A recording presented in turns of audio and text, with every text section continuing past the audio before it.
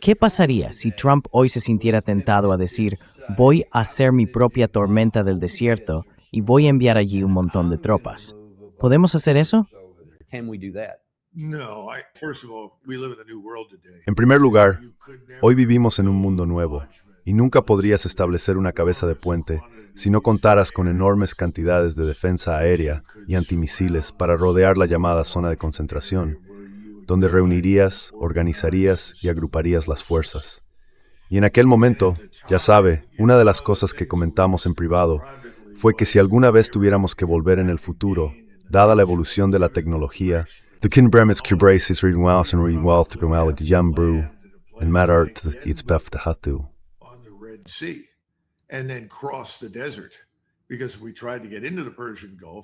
porque si intentáramos entrar en el Golfo Pérsico, nos hundirían, nos atacarían o nos matarían con bastante rapidez.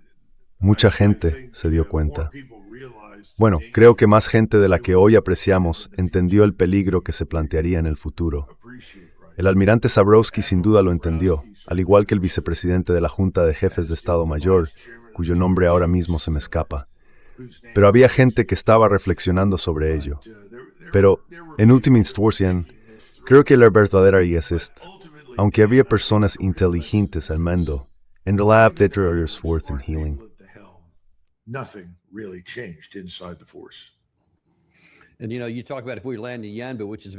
Ya sabes, hablas de que si desembarcamos en Yanbu, que está más o menos ahí en el mapa, tendríamos que recorrer 1000 kilómetros solo para llegar a la zona de combate, ahí mismo. En cambio, cuando tú y yo entramos, fuimos al Yubail, que estaba aquí mismo. Ahora mismo sería literalmente imposible, con toda la potencia de fuego iraní que tienen a lo largo de toda esta costa, intentar desembarcar con buques Roro y portacontenedores para sacar de los barcos nuestros carros de combate y todo lo demás aquí, solo para luego conducir hasta Kuwait. Ahora mismo sería casi imposible. De hecho, podría ser absolutamente imposible. ¿Tú qué opinas?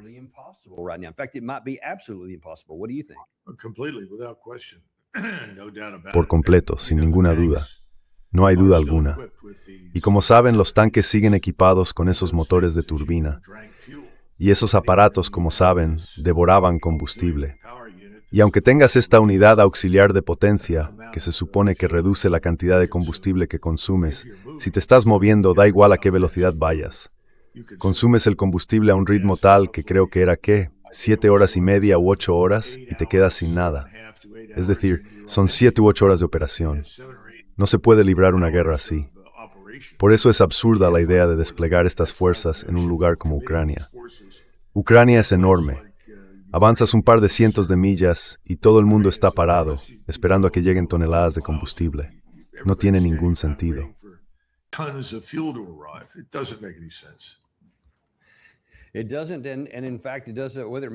No.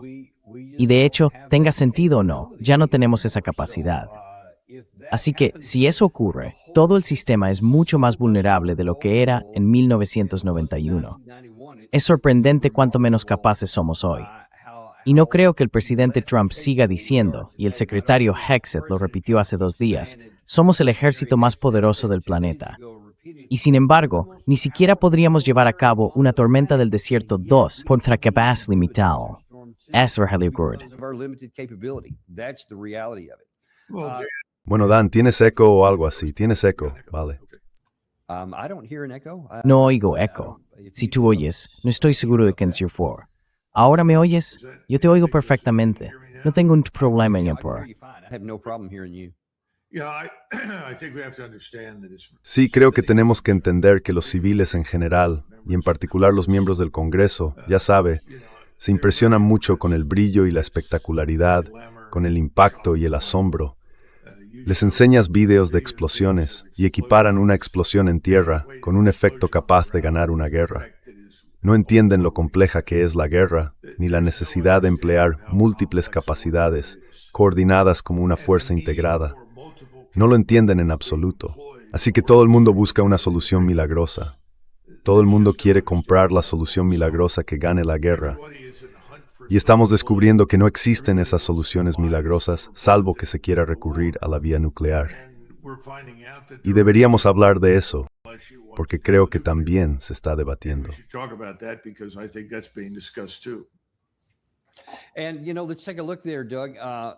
Y ya sabes, echemos un vistazo a esto, Doug, porque dices que es complejo. Pues, al parecer, para la mayoría en Washington no es nada complejo. Es bastante sencillo. Se trata solo de mucho dinero. Aquí tenemos un presupuesto de defensa de $1,5 billones, aprobado por la Cámara de Representantes. Y eso fue un poco engañoso. Dentro de poco hablaremos de cuáles son sus componentes internos, pero, fijándonos solo en la cifra principal, hablamos de $1,150,000 millones.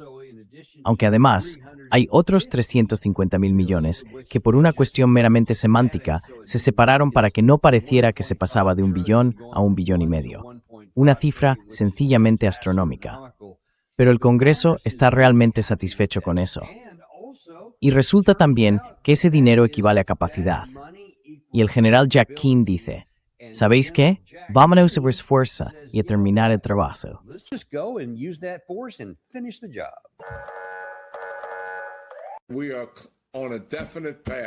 Estamos en una senda clara hacia la reanudación de grandes operaciones de combate en las que participarían Israel y Estados Unidos. Creo que esa es la senda en la que estamos.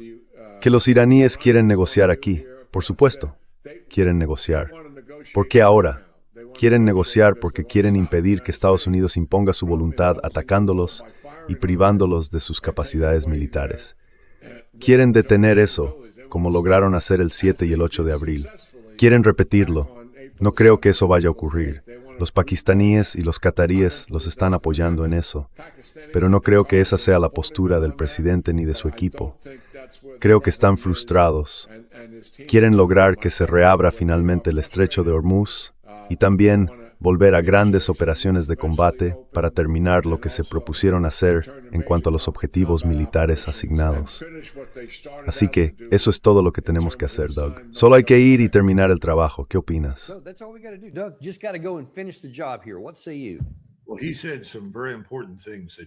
Bueno, dijo algunas cosas muy importantes que la audiencia debe tener en cuenta. Para empezar, abrió su intervención hablando de Israel. Dan, toda esta guerra gira en torno a Israel y a los intereses de sus agentes en Estados Unidos, de su lobby, de sus partidarios, de los multimillonarios sionistas, como quieras llamarlos. De eso se trata. No se trata de los Estados Unidos de América. Contrariamente a la creencia popular, Irán no es, ni ha sido nunca, una amenaza existencial para nosotros. Y si repasas toda la serie de cosas supuestamente horribles que los iraníes nos han hecho, todas quedan reducidas a la insignificancia al lado de la guerra que alentamos a Irak a librar contra Irán y que les costó a los iraníes entre 500,000 y 700,000 muertos y quizá 1 millón de bajas.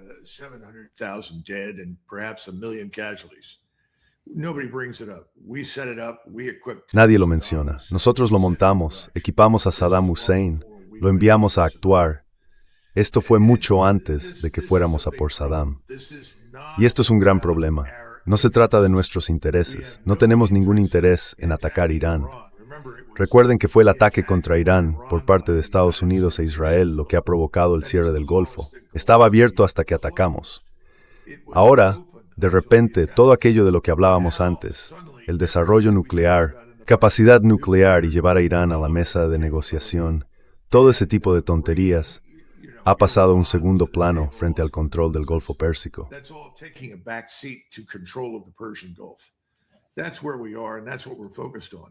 Ahí es donde estamos, y en eso estamos centrados. Y hasta que eso se resuelva, no vamos a pasar a muchas otras cosas. Ahora bien, eso no significa que no nos interese destruir Irán, cualquier infraestructura que exista y que respalde la nueva ruta de la seda. Me refiero a las líneas ferroviarias chinas y demás, a la conectividad con Rusia, porque Irán tiene un papel muy importante que desempeñar en la nueva ruta de la seda que ha iniciado China.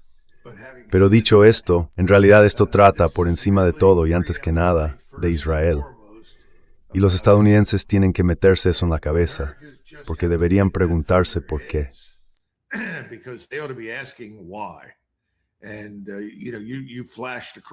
Y ya sabe, usted ha mencionado de pasada este proyecto de ley de defensa. Y en la nueva ley de autorización de defensa hay una integración de la fuerza israelí llamémoslo desarrollo de capacidades o desarrollo tecnológico, y del desarrollo tecnológico estadounidense, en un contexto puramente militar. Y creo que Larry Wilkerson lo expresó mejor. Creo que fue esta mañana temprano, o quizá ayer por la tarde. Dijo, lo que estamos haciendo es legalizar lo que hizo Pollard, el espía israelí que nos delató ante todo tipo de gente. En otras palabras, lo que él hizo, por lo que fue condenado a cadena perpetua, queda de hecho legitimado y legalizado mediante esta ley de autorización de defensa. Los estadounidenses deberían estar muy preocupados por ello. Y no creo que la mayoría de los estadounidenses ni siquiera comprenda lo que significa.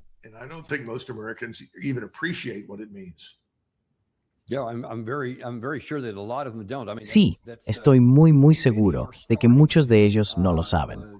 Dicho eso, muchos están empezando a darse cuenta. Thomas Massie, por supuesto, lideró desde dentro el intento de eliminar esto. Obviamente fracasó porque, creo, prácticamente el 100% de los republicanos apoyaban ese proyecto de ley en la Cámara de Representantes y aproximadamente la mitad de los demócratas también. Así que sigue habiendo un número enorme, abrumador, de personas que siguen sometidas a lo que diga Israel, pase lo que pase.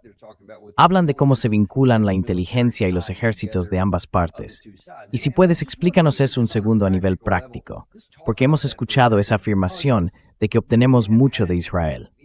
También hemos tenido otros buenos aliados desde la Segunda Guerra Mundial, Gran Bretaña, Francia, Japón, Alemania, el Reino Unido, obviamente. Y sin embargo, ni siquiera hemos contemplado nunca integrar nuestras Fuerzas Armadas con las suyas, por muy buena que haya sido nuestra relación. ¿Por qué?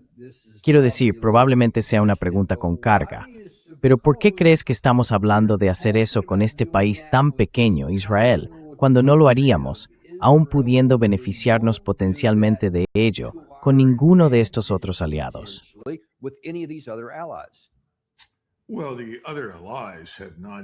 Bueno, los otros aliados no han invertido miles de millones de dólares en las campañas de miembros de la Cámara de Representantes y del Senado, mientras que quienes están en la Cámara y en el Senado pueden beneficiarse directa e indirectamente de estos acuerdos.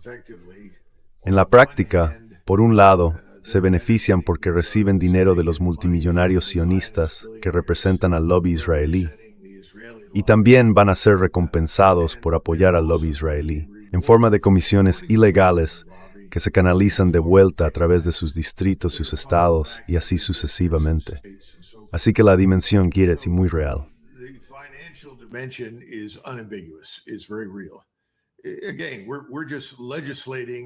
Una vez más, a todos los efectos, estamos legislando y legitimando la traición. Estamos diciendo que todo esto está bien. Ahora, ¿por qué harían eso? Porque la mayoría no cree que importe. No rastrean nada. No les preocupa. Tienen que entender que los israelíes, desde luego, no están por encima de vender, y ya lo han hecho en el pasado, nuestra tecnología a los chinos, a los rusos o a cualquier otro, por el precio adecuado. Así que los israelíes son, digámoslo así, muy abiertos de mente respecto a cualquier tecnología que reciben de nosotros. A nosotros no parece importarnos porque simplemente no creemos que importe.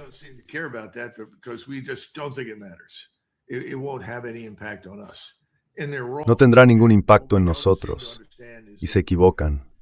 Lo que no parecemos entender es que tecnologías que antes eran monopolio del poder militar estadounidense ahora están muy extendidas y proliferan, en parte por Israel y otros estados. Así que este no es momento de ser imprudentes. Pero el dinero tiene un significado especial. La codicia no tiene fin. A veces describo Washington como una enorme montaña compuesta enteramente de dinero en efectivo. Gente que aquí excava en la montaña y en carretera y calabor state en el que todo tilis desert y bocas.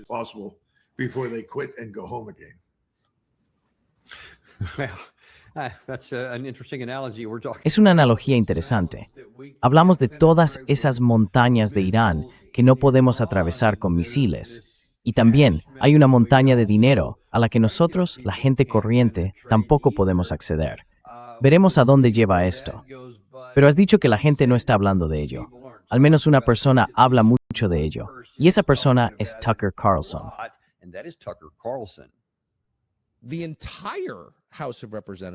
La Cámara de Representantes al completo, todos los republicanos salvo 7, acaba de votar, hace unos minutos, para fusionar al ejército estadounidense. El ejército estadounidense, con un presupuesto de $1,5 billones al año, con la diminuta fuerza de reserva de las FDI. ¿Eso nos ayuda? No. Claro que les ayuda a ellos. Fusionar la inteligencia estadounidense, las 19 agencias de inteligencia, con el Mossad. ¿Cómo? Claro, básicamente, un ritual de humillación. Lo que quieras, Israel. Si nos perjudica, da igual. De hecho, se siente bien sacrificarse por ti. Es como si ahora todo el mundo en el gobierno fuera Mike Huckabee. Vaya, esa última parte. Todo el mundo es Mike Huckabee. Es difícil discutir eso, porque Mike Huckabee, sobre el papel, es el embajador de Estados Unidos en Israel. Pero sin duda es el portavoz de Israel en Estados Unidos, tenga el cargo que tenga.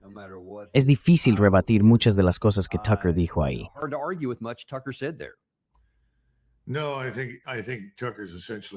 No, creo que Tucker tiene razón en lo esencial. La diferencia, claro, es que Tucker cuenta con seguridad las 24 horas del día para protegerle, y la necesita. Ese es el nivel de peligro al que se expone por hablar en público y decir estas cosas. Eso no significa que no sea arriesgado para otros, pero nosotros no contamos con ese tipo de seguridad. Lo interesante es que nada de esto tenía por qué haber sido así. Durante la Segunda Guerra Mundial, muy cuidadosos con la información, la inteligencia y las cosas que entregábamos a los británicos.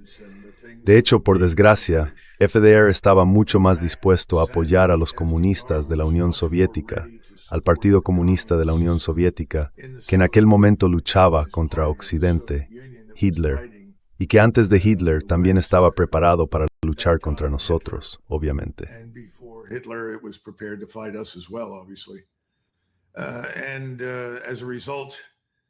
Y como consecuencia, después de la Segunda Guerra Mundial, cuando la gente descubrió estas cosas, descubrieron, por ejemplo, que en enero de 1945 enviamos a la Unión Soviética una parte muy considerable de plutonio, uranio enriquecido. Esto fue algo que Roosevelt autorizó a través de Harry Hopkins. La gente no podía creerlo, pero ocurrió. Nunca debería haber ocurrido.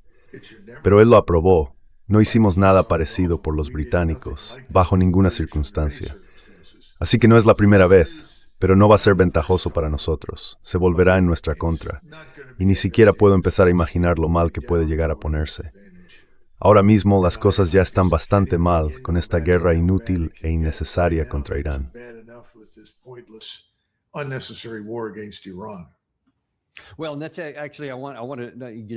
Bueno, en realidad quiero volver a eso, porque hay novedades que siguen produciéndose incluso hoy.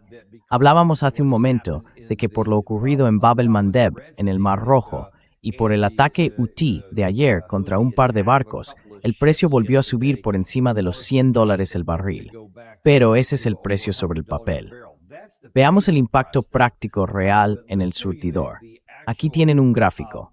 Este es el precio al contado del petróleo. Es decir, el precio al que cotiza ahora mismo un barril físico de petróleo, no sobre el papel, cuando alguien llena un petrolero y lo compra. $140 el barril. Y eso es lo que repercute en nuestra economía nacional, en nuestra economía, porque la actividad económica se basa en la cantidad de energía de la que dispones. Y cuando tienes que pagar tanto por la energía, el precio correspondiente de tu producción económica también subirá. No son los $100, por malos que ya sean. Son 140 y solo pueden subir. ¿Qué preocupaciones tienes sobre el impacto que eso va a tener en nuestra economía, especialmente si allí siguen el consejo de Jack Keane y acabamos volviendo a operaciones a gran escala?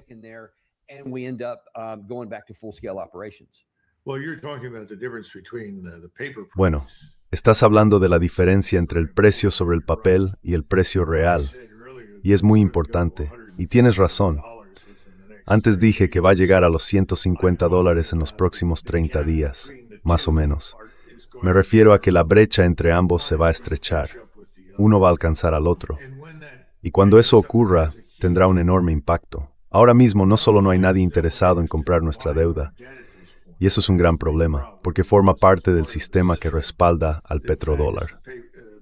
Además, vamos a ver subir estos tipos de interés de los bonos del Tesoro. Cuando el bono a 10 años llegue al 5%, solo hay que hacer los números, hacer las cuentas.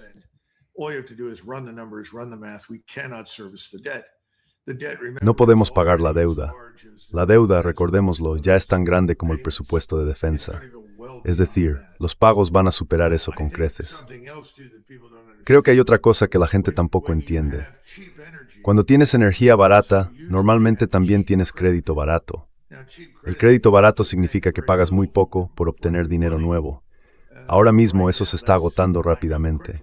A medida que tu posición financiera se debilita, el crédito barato desaparece. Y cuando no puedes conseguir crédito barato, no puedes permitirte crédito de verdad. Lo que quiero decir es que eso podría ir toda la economía. Todo nuestro sistema financiero podría colapsar.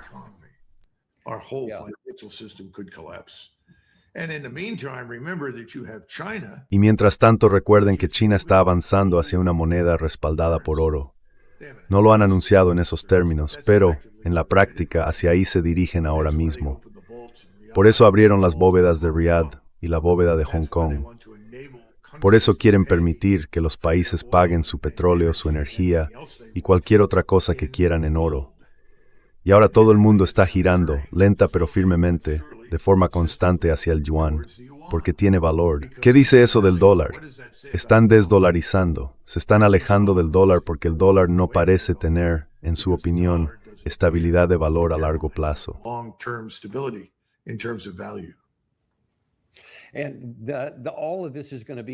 Y todo esto se va a agravar porque hablamos de unos costes económicos que están empezando a hacerse visibles. Ya no es algo teórico, está empezando a ocurrir ante nuestros propios ojos. Y mientras Jack Keane quiere seguir por el camino que ha provocado que surjan todos estos problemas, quiere redoblar la apuesta por él. Bueno, veamos qué va a significar eso, porque, en primer lugar, el Estrecho de Hormuz. Aunque el mando central de Estados Unidos miente cada día al decir que el Estrecho de Hormuz está abierto, tenemos pruebas muy prácticas y concretas de que eso es una completa mentira.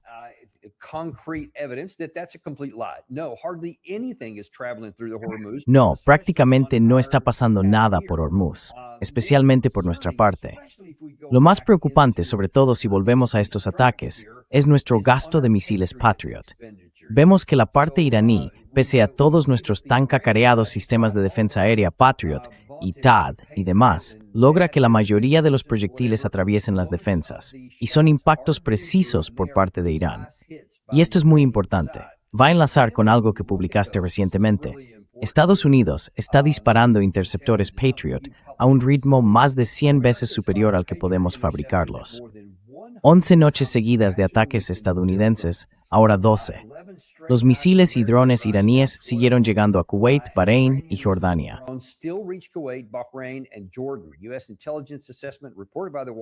Una evaluación de la inteligencia estadounidense, de la que informó The Washington Post, concluyó que es poco probable que los bombardeos hagan cambiar de postura a Teherán. Y luego están las cifras de fondo, que son lo importante.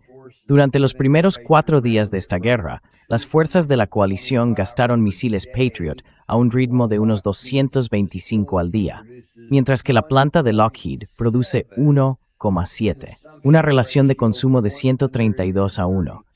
Y eso me hizo pensar inmediatamente en el artículo que publicaste recientemente en tu Substack, La guerra de Trump hasta el último misil. ¿Puedes contarnos un poco qué revela eso a partir de parte de la información que acabamos de publicar?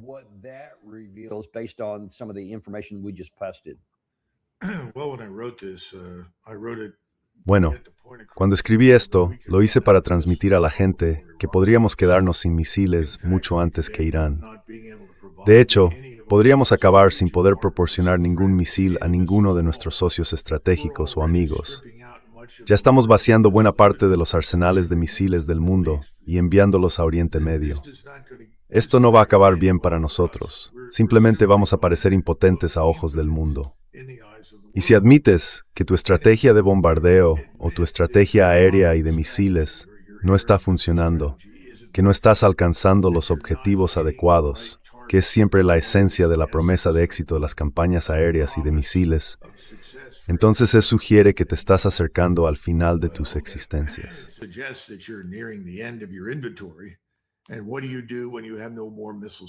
¿Y qué haces cuando ya no te quedan misiles que lanzar? Harry Kassianis escribió un artículo excelente en el que intentó explicar esto. A principios de 2001, 2002, 2003 y 2004, antes de que dejara el ejército, debo decirles que había gente en Raytheon, Northrop Grumman y Lockheed Martin que en privado sostenía que no pueden aumentar la producción de golpe. Durante la Segunda Guerra Mundial, todo el mundo dice, bueno, miren lo que hicimos durante la Segunda Guerra Mundial. Pues bien, el gobierno invirtió miles de millones de dólares para ayudar a alguien como Henry Ford a construir esta cadena de montaje de 1 milla de longitud para poder fabricar miles de aviones muy rápidamente. La perfeccionaron y lo hicieron.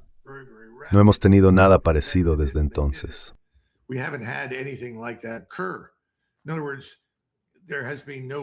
En otras palabras, no ha habido una inversión específica en ningún lugar para conseguir el tipo de capacidad adicional que se necesita si se entra en combate.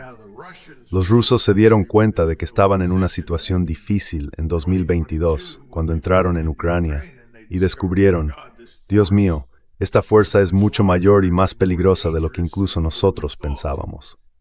Y después capturaron los planes y vieron que querían utilizar esa fuerza contra ellos en un lugar como Crimea, no solo en Donetsk, Lugansk y demás. Así que, ¿qué hicieron? Centraron su inversión, su atención, su mano de obra, todo en la base industrial científica para poder fabricar rápidamente las armas y los misiles que necesitan.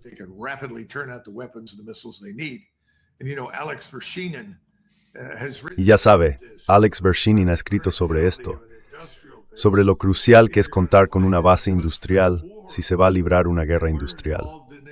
Y estamos inmersos en una guerra industrial. Pero lo que perdimos de vista es que se trata de una guerra de misiles y sistemas no tripulados, en concreto de estos drones Shahed relativamente baratos y otros similares. Eso es algo distinto de lo que anticipábamos. Tenemos satélites. Podemos desarrollar capacidad similar de inteligencia, vigilancia, reconocimiento y ataque, pero no tenemos cantidades de misiles y drones, aunque sí tenemos muchas otras cosas. Por desgracia, muchas de esas otras cosas que tenemos no son especialmente útiles.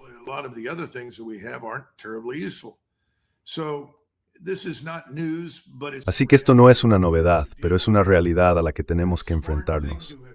Lo inteligente cuando nos dimos cuenta de que estábamos en esta situación habría sido salir de ahí, volver a casa y empezar de nuevo, replantearnos qué estábamos haciendo y qué necesitábamos. Pero no lo hicimos. En lugar de eso, estamos redoblando una estrategia fallida. Y por tanto vamos a tener un doble fracaso. Habrá fracaso militar y estratégico en el Golfo Pérsico. Y se sumará el fracaso estratégico interno, financiero y económico. No se me ocurre un conjunto de circunstancias peor para ninguna gran potencia en la historia de la humanidad. No intento convencerte de que compres oro ni decirte cómo gestionar tu cartera de acciones, pero hay una forma de ayudarnos. Suscríbete, pulsa el botón de me gusta y comparte esto con alguien a quien quieras.